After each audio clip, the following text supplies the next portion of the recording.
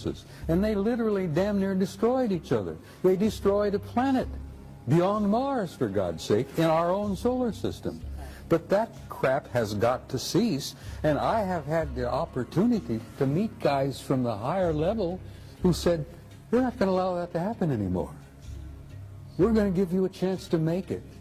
And the only reason I'm hopeful, and I told you this privately earlier, is that I have seen the future, and there is a future for the human race, and it's beautiful. Okay, and I appreciate that, okay, and I would agree with you, and I think a lot of people listening to this, who will listen, will agree with you. That's why we're all here, that's what we're working for, but the work is still to be done, and what I want to do is keep eyes on the ground right now, and I want to talk about the idea of what's right before people, because this is 2012, we're going into 2013, and some of these years are very crucial years. Okay, as you say, these are going to kind of be the years in which the transition happens. So it's happening right now. Exactly. At least squat.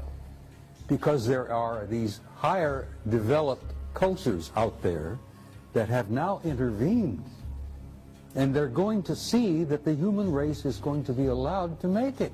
Okay, and you've said that, and I agree. But the thing is, the idea here is not that somebody come in, organize the schoolyard for us, and then they go off on their own business, and then we're left to deal with it. The idea is that we learn to walk on our own. We organize the schoolyard ourselves. Okay, so there's a great importance for the human race to take sovereignty, to take their rightful place as members of the galactic community. Once they understand, recognize who we are. Okay. The human race is precious. The human species is so unique that they told me when I was with them for 6 weeks, I was asking them question after question after question.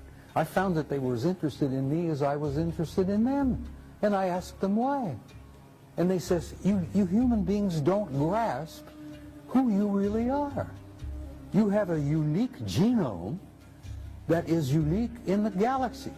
You're made up of the patterns and the parts and pieces and genes and whatever of at least 12 different races in the universe.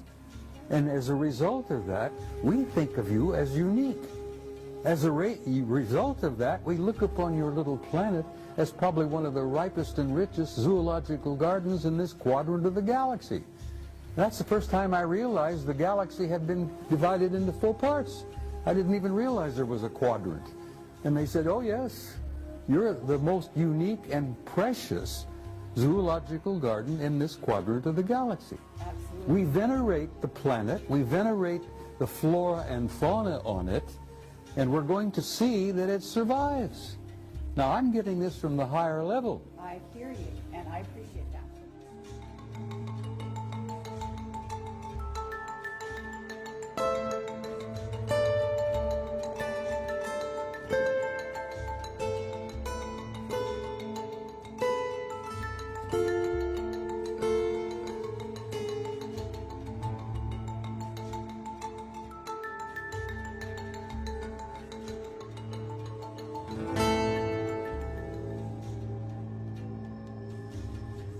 Sergeant Major was talking about, like I was told, that we are a race on this planet that is capable of such wonderful and beautiful things. Infinite possibilities. Absolutely. But yet we have the capability of doing such horrible things to one another. And I think that Sergeant Major was saying the same as I would. You know, yeah, we have to spiritually grow. We don't spiritually grow, we're going to fall victim to our technology. They don't want that to happen. And initially, the initial contact was to ensure it didn't happen accidentally, because they wanted us to know, you know, the other side's not launching against you. We're here, and you will, from time to time, pick us up on your radar. We will, from time to time, appear to be missiles coming in a threatening way. So you must make sure before you launch your death and destruction. You know, they launch. This planet is going to be preserved, Carrie. They're human. They're half human. Yes, but we are human. This is our planet. And in short, what we do with it, it's up to us. Should there be a hostile force that was to invade us, we would put up a valiant defense. We couldn't win without outside help.